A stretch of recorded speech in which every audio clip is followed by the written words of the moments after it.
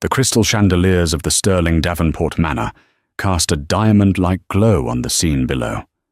Olivia Hayes, her hand resting protectively on the gentle swell of her stomach, beneath layers of white satin, looked into her new husband's eyes. Ethan Davenport, impossibly handsome in his bespoke tuxedo, smiled a smile so perfect it could have been photoshopped. This was it, the culmination of a fairy tale she never dared to dream. Her modest past was behind her, and a future of love and security stretched ahead. But as the band began to play, a ripple of unease spread through the gilded hall. A woman in a blood-red dress had just appeared, and the perfect smile on Ethan's face began to crack. Olivia felt the weight of the day settle upon her shoulders, a pleasant burden woven from lace silk and the heavy scent of 1,000 white roses. The sterling Davenport Manor wasn't just a venue, it was a declaration, a sprawling stone testament to generations of wealth, its manicured lawns rolling down to a private lake that shimmered like a sheet of hammered silver under the afternoon sun. Every detail from the string quartet playing softly in the grand foyer to the ice sculpture of 2 intertwined swans was a reminder that she, Olivia Hayes, daughter of a retired mechanic from a quiet suburban street, was now a Davenport. She smoothed a hand over the intricate beading of her gown, the gesture less about the dress and more about the life stirring within it. At 5 months pregnant, she was more than just a bride. She was the future matriarch, the carrier of the next Davenport heir. Or so Ethan had whispered to her during their first dance, his breath warm against her ear. He had been her rock, her champion against the quiet, cutting disapproval of his family. His mother, Victoria Davenport, was the architect of that disapproval. A woman sculpted from ice and ambition, Victoria moved through the world as if it were a boardroom she was about to conquer. From their first meeting, she had looked at Olivia not as a potential daughter-in-law, but as a hostile takeover bid. Her compliments were thinly veiled assessments, her smile a weapon sheathed only for public appearances. "Such a simple rustic charm you have, dear," she'd said, her eyes cataloguing Olivia's off-the-rack dress. "Ethan has always been fascinated by the unadorned." Today Victoria was a vision in slate grey, her expression one of regal endurance, as if she were weathering a particularly unpleasant but necessary business merger. She hadn't wanted this wedding. She had wanted her son to marry someone from their world, someone whose bloodline was as pedigreed as their stock portfolio, someone like Sophia Sterling. The thought of Sophia sent a familiar, unwelcome chill down Olivia's spine. Sophia was Ethan's business partner, a woman as sharp and dazzling as a shard of glass. They had co-founded a successful tech venture capital firm, and their names were often linked in business journals and society pages. Ethan had always been dismissive of Olivia's concerns. "She's practically family live," he'd say with an easy laugh. "Her family co-owned this estate with mine generations ago. We've known each other since we were in diapers. It's purely platonic." Yet Olivia had seen the way Sophia looked at Ethan, a possessive fire in her eyes that went far beyond professional partnership. And she had felt the sting of Sophia's condescension, her backhanded compliments about Olivia's bravery for entering a world she knew nothing about. Sophia hadn't been invited today, a point on which Olivia had insisted, and Ethan had, after a surprisingly tense argument, conceded. The victory had felt hollow, a temporary reprieve rather than a permanent solution. Standing near the towering 7-tiered cake was her own small contingent of reality. Her father, Robert Hayes, looked profoundly uncomfortable in his rented tuxedo, his mechanic's hands scrubbed clean, but still bearing the faint tracery of a lifetime of honest work clasped awkwardly in front of him.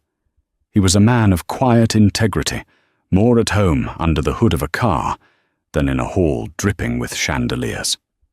He loved Olivia fiercely and trusted Ethan conditionally. "He seems like a good man," he'd told her, "but money like that, it changes the rules, Liv. Just be careful." His words echoed in her mind, now a quiet hum of caution beneath the joyful music.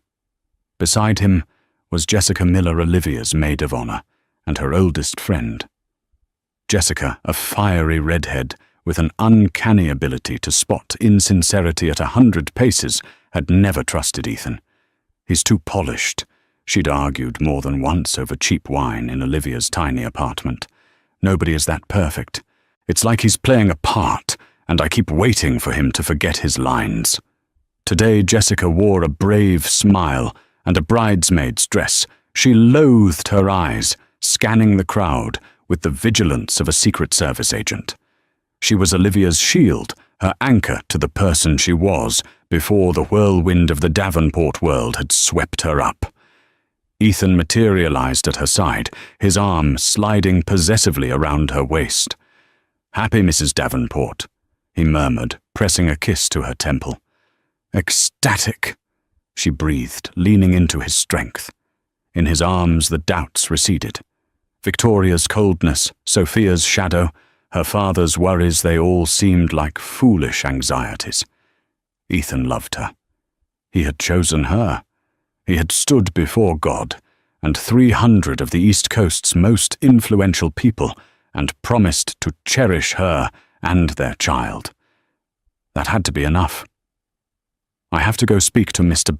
Harrison for a moment," he said, gesturing towards a stern-looking older man with a formidable white mustache.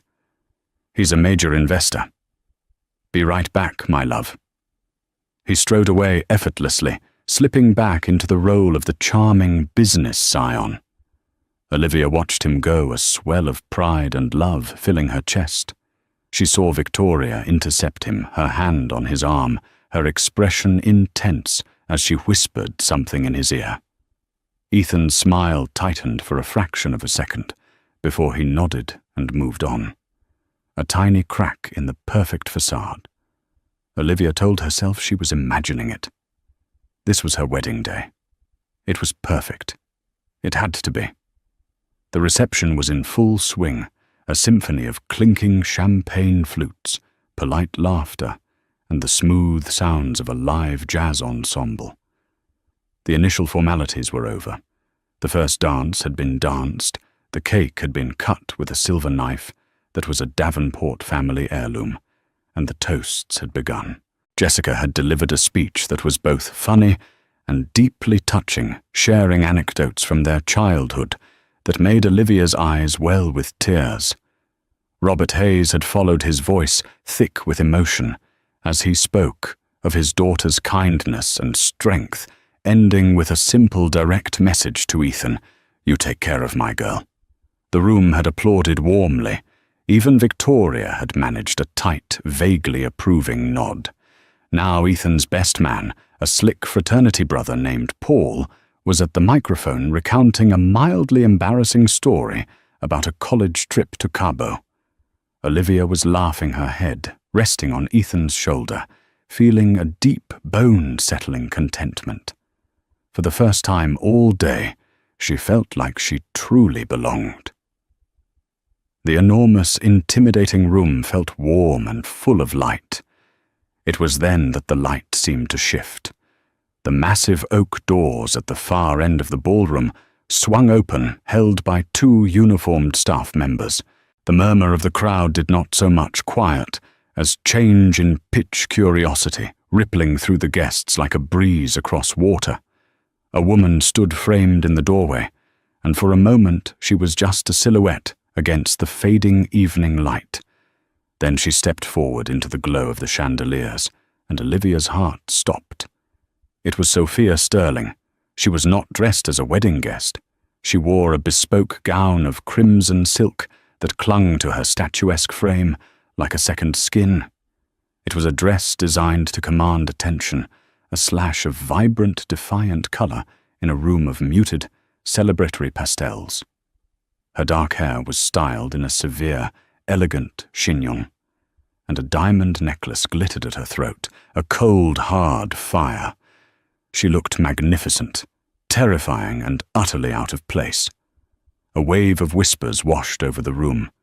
"Is that Sophia Sterling? I thought she was in Zurich. What is she wearing?" Olivia's hand tightened on Ethan's arm. "What is she doing here?" She whispered, her voice barely audible. Ethan had gone rigid beside her. All the color had drained from his face, leaving behind a waxy, pale mask. His perfect smile was gone, replaced by a look of pure, unadulterated panic. He didn't answer her. He just stared at Sophia as she began to move through the room.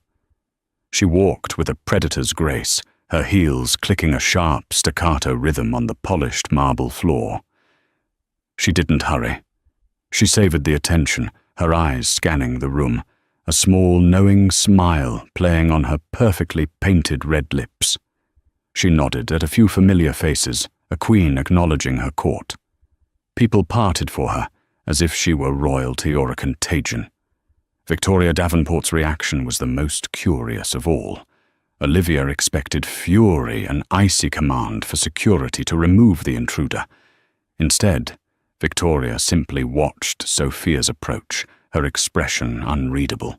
There was no surprise in her eyes, only a cold, calculating stillness. It was the look of a chess master watching a predictable and perhaps even welcome move from her opponent. Jessica was on her feet, her bridesmaid's bouquet clenched in her fist like a weapon. "I'll handle this," she hissed, her eyes blazing. "No, wait," Olivia said, her voice trembling. She needed to understand. This couldn't be happening. Sophia reached the head table. She ignored Olivia completely, her gaze fixed solely on Ethan. "Ethan, darling," she said, her voice a low, throaty purr that carried through the suddenly silent hall. "You didn't really think you could have a party like this and not invite me, did you?" Ethan found his voice, though it was strained. "Sophia, now is not the time." "Oh, I think it's the perfect time," she replied, her smile widening. She glanced around the opulent room at the stunned faces of the guests, her eyes finally landing on Olivia's pregnant belly. A flicker of something ugly and triumphant passed through her gaze. A time for celebration, a time for toasts, a time for truth. She turned and with a flick of her wrist smoothly took the microphone from the stunned best man's hand. He simply gaped at her, his Cabo story forgotten. Sophia tapped the microphone once the sharp sound echoing through the cavernous space. "Good evening, everyone," she said, her voice now amplified, dripping with a poisonous charm. "For those of you who don't know me, my name is Sophia Sterling. I'm Ethan's business partner, but I'm also so much more than that." She paused, letting the words hang in the air. "I'd like to propose a toast to the happy couple." The silence in the room was absolute. The band had stopped playing. The waiters froze in place trays balanced precariously. Every single eye was on the woman in red, the uninvited guest who now held the entire wedding captive. Olivia felt a cold dread seeping into her bones. The fairy tale was over. The nightmare was just beginning. Sophia held the microphone with the casual confidence of someone born to the stage. She surveyed the audience of financial titans, society mavens, and political figures, her smile a brilliant predatory thing. The initial shock in the room was curdling into a tense, voyeuristic anticipation. This was better than gossip. This was a public execution. To Ethan, she began raising an imaginary glass. A man of exceptional ambition. Her voice was laced with a sarcasm so sharp it could have drawn blood. He knows what he wants, and he's not afraid to do whatever it takes to get it. Whether it's a controlling share in a company or... Her eyes slid deliberately over to Olivia, lingering on her with theatrical pity. a bride who will secure the family line. A collective gasp went through the room. Ethan stood up his chair, scraping loudly against the floor. Sophia, that's enough. Security.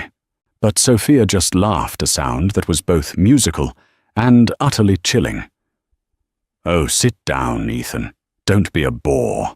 The security team reports to your mother, and as you can see, she gestured vaguely towards Victoria, who remained unnervingly still.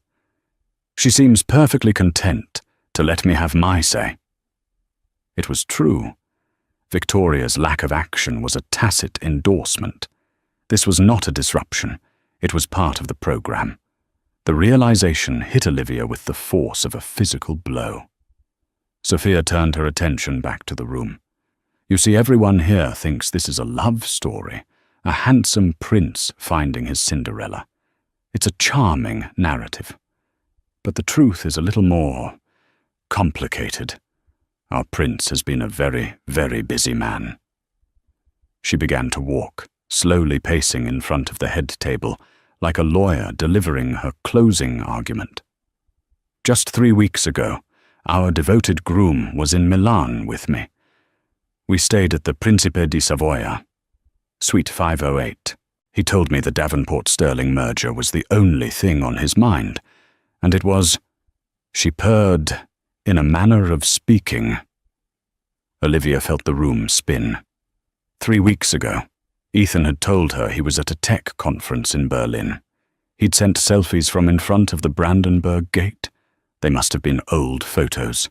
The casual, premeditated nature of the lie was a knife in her gut. He has such a romantic soul, Sophia continued, her voice dripping with mock affection. He bought me a beautiful Bulgari bracelet. This one, in fact. She held up her wrist, and the same snakehead bracelet Olivia had admired in a magazine, the one Ethan had called garish, glittered under the lights. He said the emeralds matched my eyes. What did he say about your eyes, Olivia? That they're as wide and trusting as a fawn's. He always did have a weakness for helpless creatures. The cruelty was breathtakingly precise. Every word was a poisoned dart aimed directly at Olivia's deepest insecurities. She felt hundreds of pairs of eyes on her, some filled with pity, others with a kind of morbid glee. She was no longer a bride. She was a spectacle. Let's talk about promises, Sophia said, her tone hardening. The promises he made to me in that suite in Milan. The promises he made last week in the back of his car after our board meeting. The promises he whispered to me this morning on his wedding day when he called to say this whole thing was a charade he had to go through. The lie was so audacious, so specific, that Olivia almost believed it was true. She looked at Ethan, pleading with her eyes for him to deny it, to shout this woman down to fight for her. But he just stood there, his face a mess of sweat and panicked indecision. His silence was a confession. It was the most damning evidence of all. Sophia stopped directly in front of Olivia, now close enough that Olivia could smell her expensive, cloying perfume. She leaned in, her voice dropping to a conspiratorial whisper that the microphone still carried to every corner of the room. He told me he was trapped, that you were an unfortunate complication. Then Sophia straightened up and addressed the crowd again, her voice ringing with triumph. She pointed a perfectly manicured finger at Olivia's stomach. And then there's the grand prize, the little heir, the anchor meant to drag the Davenport ship into a safe harbor.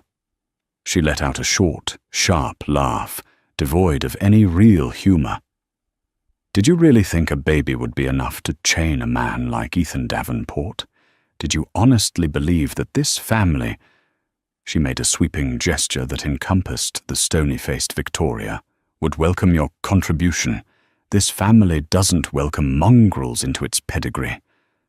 The word hung in the air, ugly and obscene. Mongrel. It struck Olivia harder than any other insult. It wasn't just about her. It was about her unborn child, her baby. A wave of nausea and a fierce, protective rage washed over her. The tears that had been threatening finally fell hot and shameful, tracing paths through her carefully applied makeup. The perfect day, the perfect dress, the perfect life, it had all been shattered into a million pieces at her feet. She was a fool, a pawn in a game she hadn't even known she was playing, and the whole world was watching her break. The silence that followed Sophia's final venomous word was thick and suffocating. It was broken only by the sound of Olivia's choked sob. Guests exchanged uncomfortable glances, their fingers hovering over the phones they were using to record the carnage. This was a scandal for the ages, a story that would be whispered about at cocktail parties and charity galas for months to come.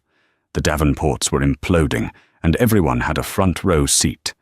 Ethan, finally spurred to action by the sheer horror of the situation, stammered, "Sophia, get out. Just get out." His voice was weak, pathetic. It held no authority, only the pleading of a boy caught with his hand in the cookie jar. Sophia just smirked, her work done. She placed the microphone back on its stand with a deliberate click, the sound as final as a gavel. Security guards, large men in ill-fitting suits, began to move hesitantly towards the head table, unsure of who their orders should come from. From the furious-looking bride's side, or from Victoria Davenport, who still sat as serene and still as a marble effigy. But before they could take more than 2 steps, another figure moved. It was Robert Hayes. He rose from his seat at a nearby table with a quiet, unhurried grace that seemed to command more attention than all of Sophia's histrionics. He was not a large man. Years of bending over engine blocks had given him a slight stoop, and his rented tuxedo seemed to hang on his frame rather than fit it. But as he walked towards the dais, there was an aura of unshakable dignity about him. He moved through the sea of wealth and power like a granite boulder in a shallow stream. He walked past the confused security guards, who seemed to shrink back from the silent intensity in his eyes. He didn't look at the whispering guests. His focus was entirely on the tableau of betrayal at the head table. He stopped not in front of Sophia, the source of the vitriol, but directly in front of Ethan. He stood there for a long moment, simply looking at the young man who had promised to love and protect his daughter. His eyes, the same clear blue as Olivia's, held a universe of disappointment. When he spoke, his voice wasn't loud. It didn't need to be. It was low and steady, roughened by age and unfiltered cigarettes, and it cut through the silence with absolute authority. "I don't know much about your world." He began, his gaze never leaving Ethan's. "I don't understand hostile takeovers or offshore accounts. I've worked with my hands my entire life. When I fix a man's car, I look him in the eye and I guarantee my work. That's my word. That's my bond." He took a small step closer. Ethan flinched. "I taught my daughter about that, about integrity, about how your name is the only thing you truly own. You stand by your word, you protect your family, and you face your mistakes like a man. Simple rules, the kind of rules that build a life you can be proud of." He paused, letting the words settle. The room was so quiet, the hum of the air conditioning was audible. "You stood up today in a church. You spoke words, vows, promises. Were they just noise to you? A business transaction? You didn't just lie to my daughter." Robert said, his voice dropping even lower, becoming a gravelly repository of controlled fury. "You disrespected the very idea of a promise. You stood there holding her hand, the mother of your child, and you made a mockery of everything that should be sacred between 2 people. You are not a man. You are a coward, a hollow, gilded shell of a person. You are a disgrace, not just to Olivia, but to the very idea of what a husband and a father should be." He didn't raise his voice, he didn't gesture wildly. His power was in his stillness, in the profound, unimpeachable truth of his words. He had stripped Ethan bare, exposing the weak, frightened boy beneath the expensive suit. Then Robert turned his attention to Victoria Davenport. His expression hardened. He looked at this powerful, untouchable woman as if she were something he'd found leaking oil onto his garage floor. "And you?" He said the word dripping with a contempt that no amount of money could deflect. "You sat there and watched. You let this happen. You think your money makes you better than everyone else. You think these walls and these diamonds give you class." He shook his head slowly, a look of deep, profound pity on his face. "All the money in the world can't buy you a conscience, lady. It can't buy you a heart. You raised this spineless thing." He gestured dismissively at Ethan. "And you have the audacity to look down on my daughter. She has more character in her little finger than your whole rotten family tree combined."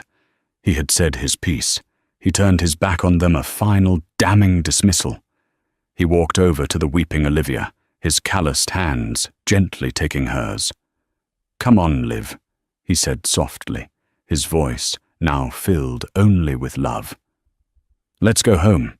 There's nothing for you here." As Robert helped a trembling Olivia to her feet, the atmosphere in the room began to shift. The initial hungry shock of the guests was transmuting into something else. Robert's quiet, powerful speech had acted as a catalyst, changing the chemistry of the room. He had drawn a clear line, not between rich and poor, but between honor and dishonor. The first to cross that line was Mr. Harrison, the formidable investor with the white mustache, whom Ethan had been so eager to impress earlier.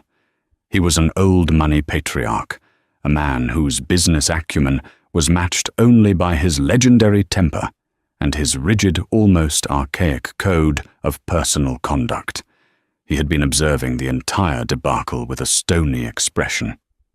Now he stood up, his towering frame commanding immediate attention. He deliberately walked not to Ethan or Victoria, but to Robert Hayes. He extended a hand. "Robert Hayes," he said, his voice booming through the hall. "My name is Arthur Harrison. I don't believe we've been properly introduced." Robert, surprised, shook his hand. "Sir, that was the finest speech I've heard in 20 years. Harrison declared, his grip firm. "Well said, sir. Well said." He then turned his cold eyes sweeping over Ethan and Victoria. "Ethan," he boomed, "consider the Harrison Group's $10 million seed investment in your new tech fund rescinded. I don't do business with men who have no honor. And Victoria, your blatant complicity in this disgusting spectacle is a new low even for you." A tremor went through the Davenport side of the room.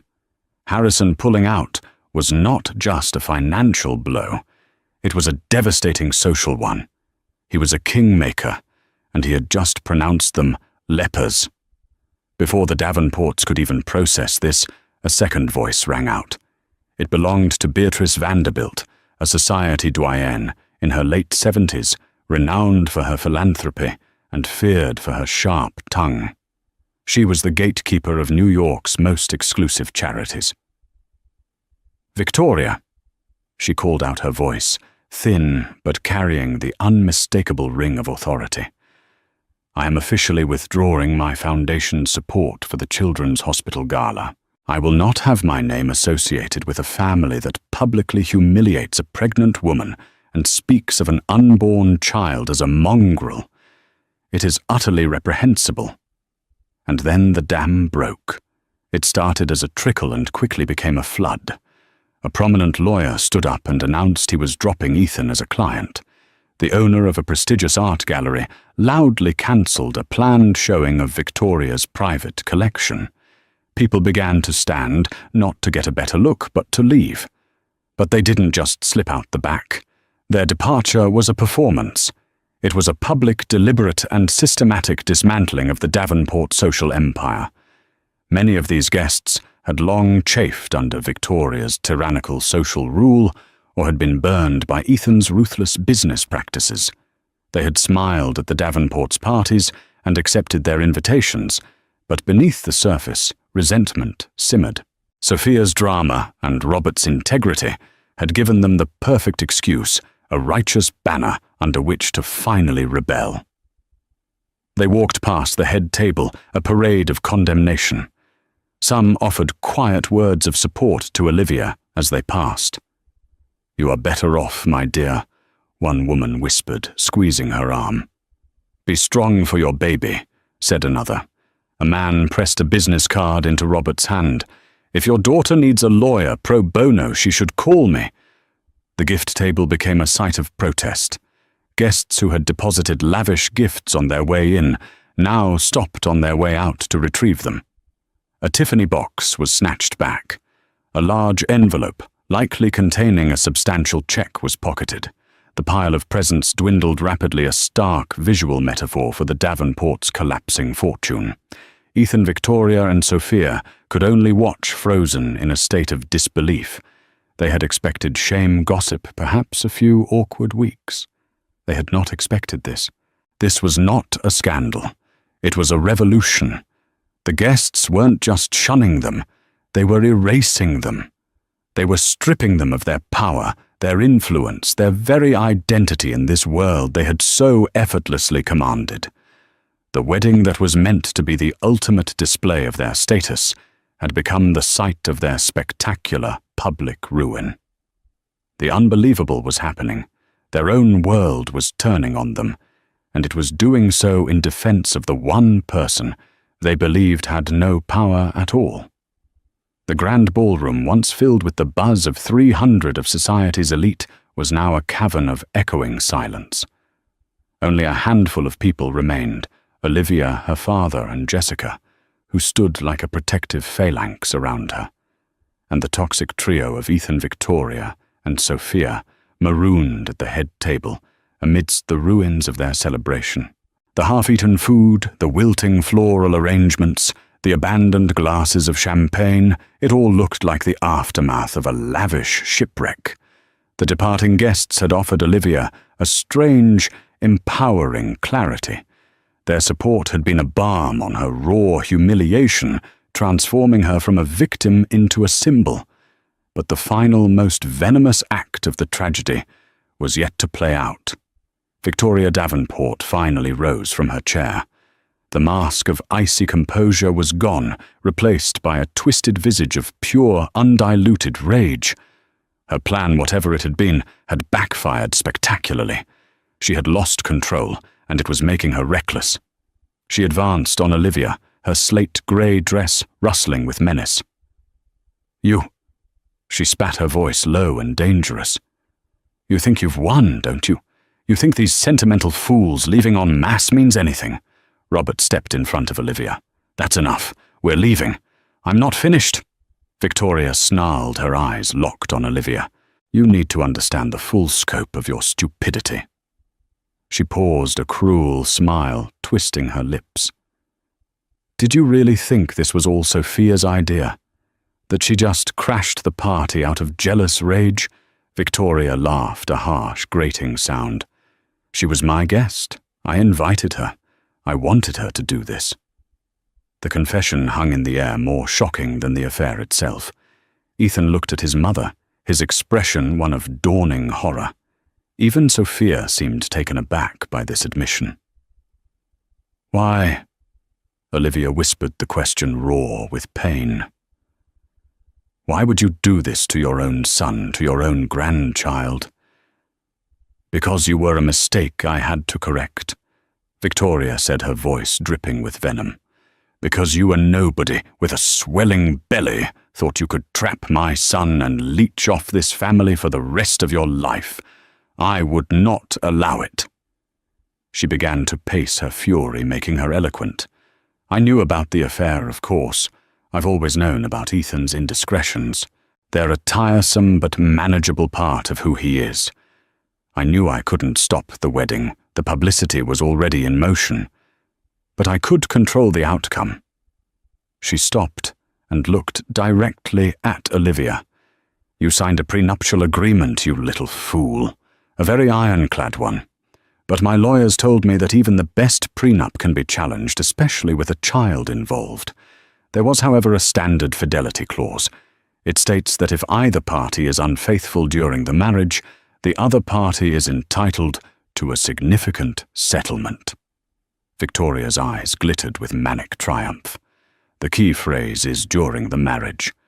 An affair before the wedding means nothing, but an affair that is proven to be ongoing after the vows are spoken, but before the marriage is consummated, that, my dear, creates a legal grey area, one I was not willing to risk. She leaned in closer. So I devised a better plan. A public humiliation so profound, so utterly devastating, that you would be the one to leave. I wanted you to walk out of this reception, to flee in shame before the wedding night, thereby annulling the marriage and voiding the prenup entirely. I wanted to make sure you left with nothing. Nothing but the bastard in your belly. The sheer diabolical cruelty of the plan was stunning. It wasn't just about money. It was a calculated act of psychological warfare designed to break Olivia completely. Victoria hadn't just allowed the humiliation. She had orchestrated it as a legal strategy. She had been willing to sacrifice her son's reputation and the dignity of her own family name simply to ensure a pregnant girl from the suburbs got nothing. Ethan finally spoke, his voice a broken whisper. "Mother, you didn't.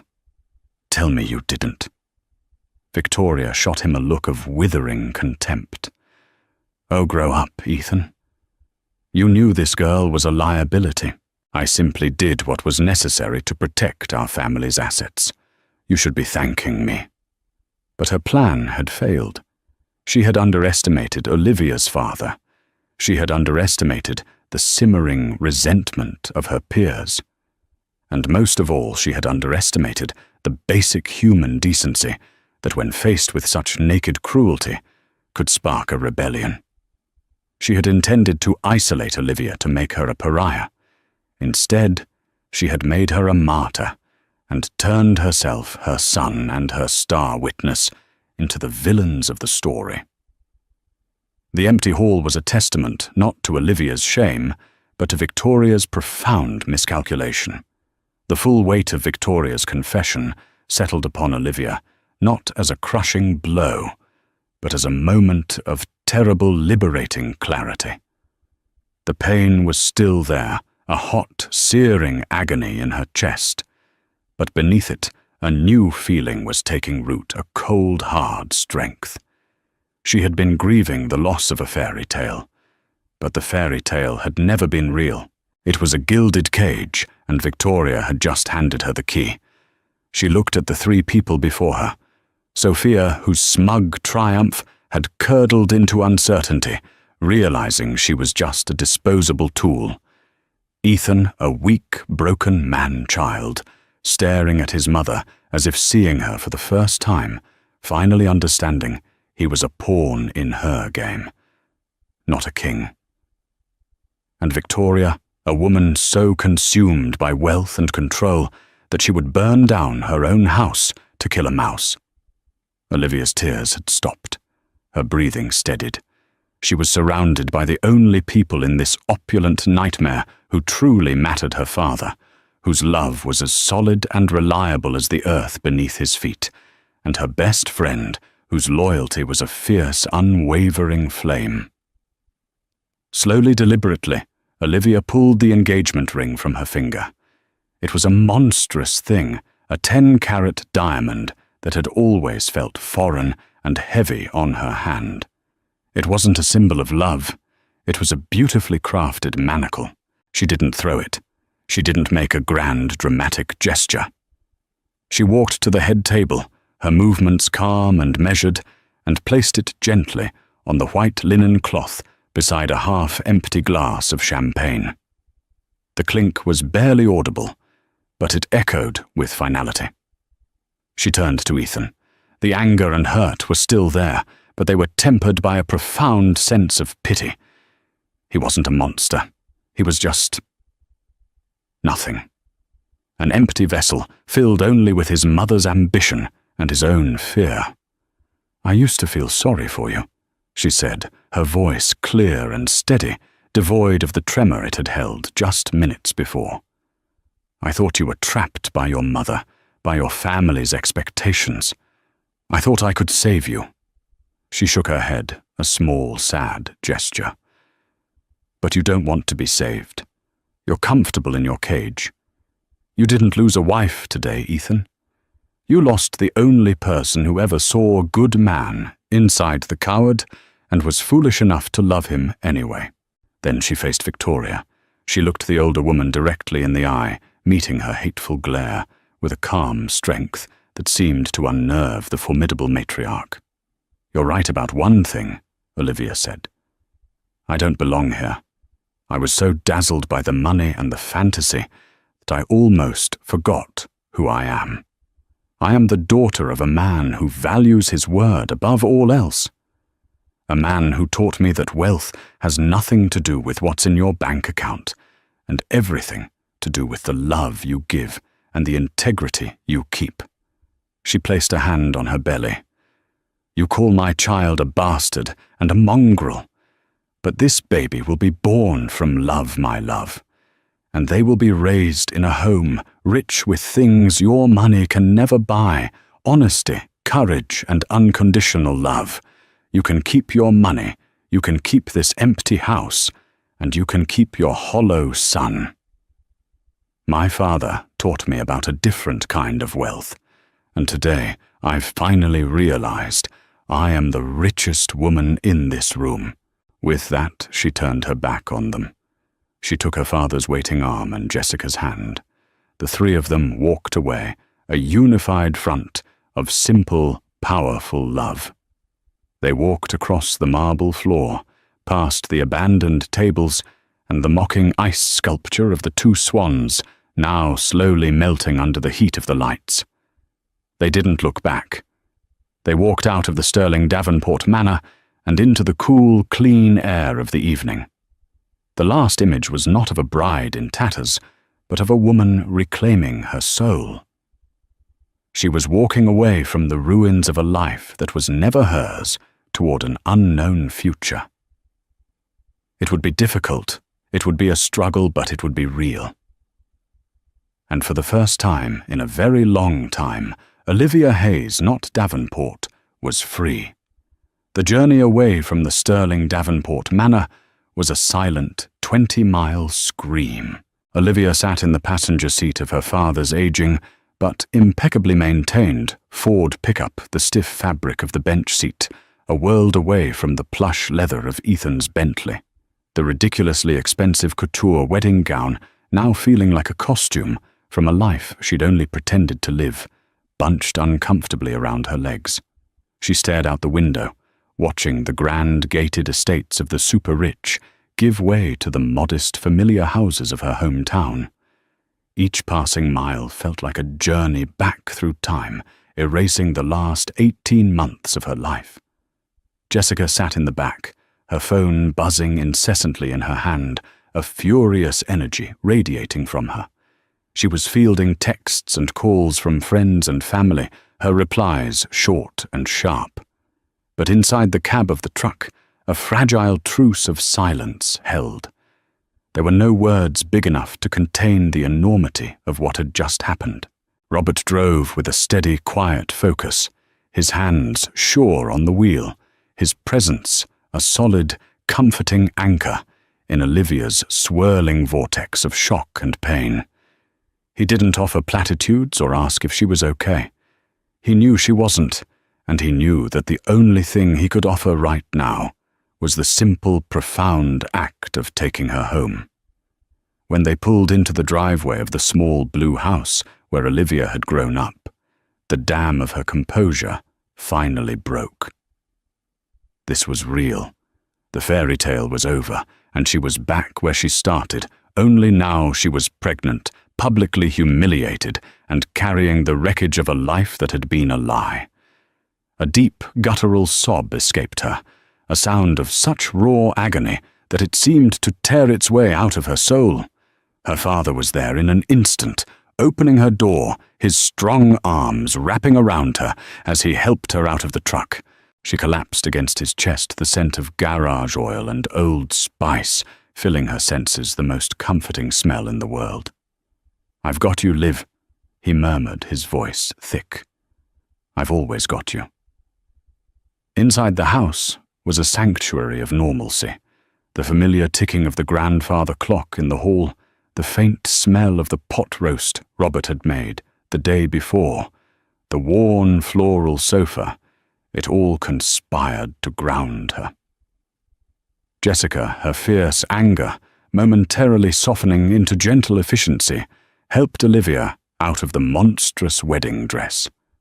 As the layers of silk and lace pooled on the floor, it felt like shedding a skin.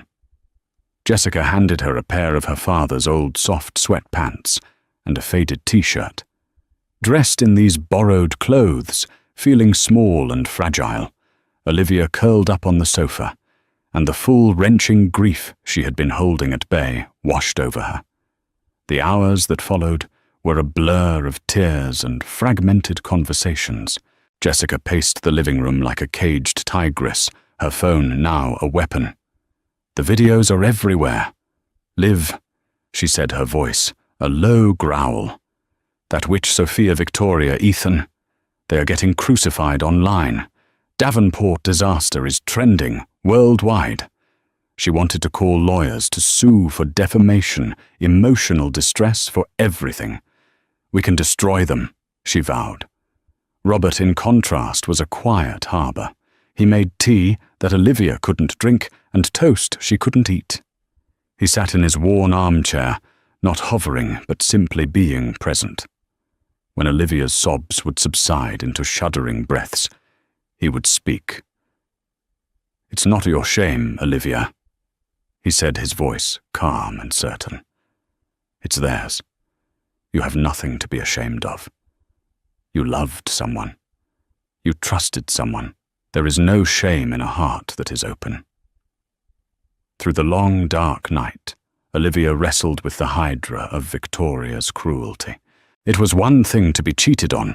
It was another to learn that your entire relationship had been viewed as a hostile merger, your love a liability, and your child a legal complication to be neutralized. The kindness Ethan had shown her, the late-night talks, the promises of a future, had it all been a performance, a calculated charade to keep the asset, the heir-producing womb, placid until it was no longer needed. The depth of the deception was a poison, seeping into every good memory she had, twisting it into something ugly and false. She wasn't just grieving a man. She was grieving her own judgment, her own naivete, her own heart. She must have fallen into an exhausted sleep at some point, because she awoke to the pale grey light of dawn filtering through the living room blinds. For a disorienting second, she didn't know where she was. Then the weight of the previous day crashed back down. She was in her father's house. She was 30 years old, pregnant, and her life had been detonated. Jessica was already awake, sitting at the kitchen table with her laptop open, a mug of coffee in her hands. She looked up, her expression a mixture of grim satisfaction and concern. "Morning. You're famous." She turned the laptop around. The screen was filled with headlines from major news outlets and society blogs. Davenport heir's wedding ends in public implosion. Video father of the bride delivers scathing takedown of billionaire in-laws. The Sterling Rebellion. How a wedding walkout toppled a social dynasty. The story had taken on a life of its own. The narrative was overwhelmingly fiercely on her side. Comment sections were flooded with support for her and her father, and visceral hatred for the Davenports and Sophia Sterling. Her father's speech had been transcribed and was being shared as a masterclass in integrity. A grainy cell phone video of the guests retrieving their wedding gifts had gone viral. She wasn't just a jilted bride. She had become a symbol of defiance against the callous arrogance of the ultra-rich. Seeing it all laid out, seeing the public's validation, didn't erase the pain, but it cauterized the wound of her humiliation. She wasn't a fool. She was the survivor of a calculated, cruel attack, and the world saw it for what it was. As she was reading her father's old landline phone, a relic he refused to give up rang shrilly from the kitchen wall. Robert answered it, his voice a low rumble. He listened for a moment, his eyebrows shooting up. "Yes, she's here," he said. He listened again. "I see. Hold on." He covered the mouthpiece with his hand and looked at Olivia. "It's Arthur Harrison." Olivia stared at him confused. "Mr. Harrison, the investor. He wants to talk to you." Robert said, an unreadable expression on his face. "He said it's important." Hesitantly, Olivia took the old, heavy receiver. "Hello," she said, her voice raspy from crying. "Ms. Hayes," the powerful, booming voice from the wedding replied, though it was softer now, more considerate. "Arthur Harrison, I hope I am not disturbing you, but I felt I must call. First, let me say on behalf of every decent person in that room, yesterday I am profoundly sorry for the disgusting spectacle you were forced to endure." "Thank you, Mr. Harrison," Olivia managed to say. "Please call me Arthur. Now I will get to the point. What I witnessed yesterday was not merely a family dispute. It was a vicious display of corporate and social malfeasance orchestrated by Victoria Davenport, a woman I have long regarded as a piranha in Chanel. Your father's words, Ms. Hayes, they resonated with many of us who have grown weary of the Davenports' particular brand of soulless capitalism." He paused. "The walkout wasn't just about you, though you were the catalyst. It was a mutiny. Years of resentment against Victoria's arrogance and Ethan's unethical business practices boiled over. They broke the unspoken rules of our world, and they did so in the cruelest way imaginable. They have made themselves untouchable, and not in the way they're used to." Olivia listened, stunned. "Which brings me to my reason for calling," Arthur continued. "I don't know what your plans are, but I imagine they have been altered. I also imagine that the Davenports, Victoria in particular, will not make things easy for you, especially concerning your child. They will try to bury you in legal fees or intimidate you into silence." I don't want anything from them," Olivia said quickly. "I just want to be left alone." "A noble sentiment, but a naive one when dealing with vipers," he said bluntly. "They took something from you, and they must be made to pay. Not for your revenge, but for your child's future. To that end, my personal legal team is at your disposal pro bono to handle the annulment and establish a completely firewalled, untouchable trust for your child. Ethan Davenport will provide for his child whether he likes it or not, but you will never have to speak to him or his mother again." Olivia was speechless, tears welling in her eyes again, but this time they were tears of shock and gratitude. "But that's the small thing," Arthur Harrison said, his voice taking on a new tone. "The bigger thing is you. I don't believe in charity, Ms. Hayes. I believe in investing in people of character. And you and your father have shown more character than I've seen in a decade. My family foundation runs a program for female entrepreneurs, particularly women who are restarting their lives after hardship. We provide seed funding, mentorship, and resources. I don't know what you did before you met Ethan Davenport, but I know you are a survivor, and I know you are strong. The offer is on the table. When you are ready, we can help you build something that is entirely your own." He wasn't offering her a handout. He was offering her a ladder, a way to climb out of the ashes on her own terms. She looked at her father, who was watching her with quiet pride. She thought of his words. He's offering you a tool. What you build with it is up to you. The grief was still a raw, open wound. The future was a terrifying blank page. But for the first time since that woman in the red dress walked into the ballroom, Olivia felt a flicker of something other than pain. It was a tiny, fragile spark of resolve. "Mr. Harrison," she said, her voice stronger now, clearer. "Arthur, I don't know what to say." "Say you'll think about it," he said kindly. "That's all. Take care of yourself, Ms. Hayes. The world is rooting for you." She hung up the phone, her hand still resting on the receiver. Jessica was looking at her wide-eyed. Her father gave a small, approving nod. The path ahead was dark and uncertain, but a light had just been switched on in the distance. She would not be defined by their cruelty. She would not be a victim.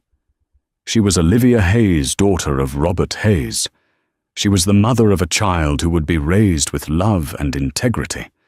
The Davenport fairy tale was dead. But her own story, the real one, was just about to begin. In the end, Olivia's story wasn't about a wedding that went wrong. It was about a life that was finally set right. She walked away from the Davenport millions, but she walked towards something far more valuable. Her own strength, her father's unwavering love, and the freedom to build a life of genuine worth for herself and her child. The Davenports kept their fortune, but their name became a synonym for dishonor.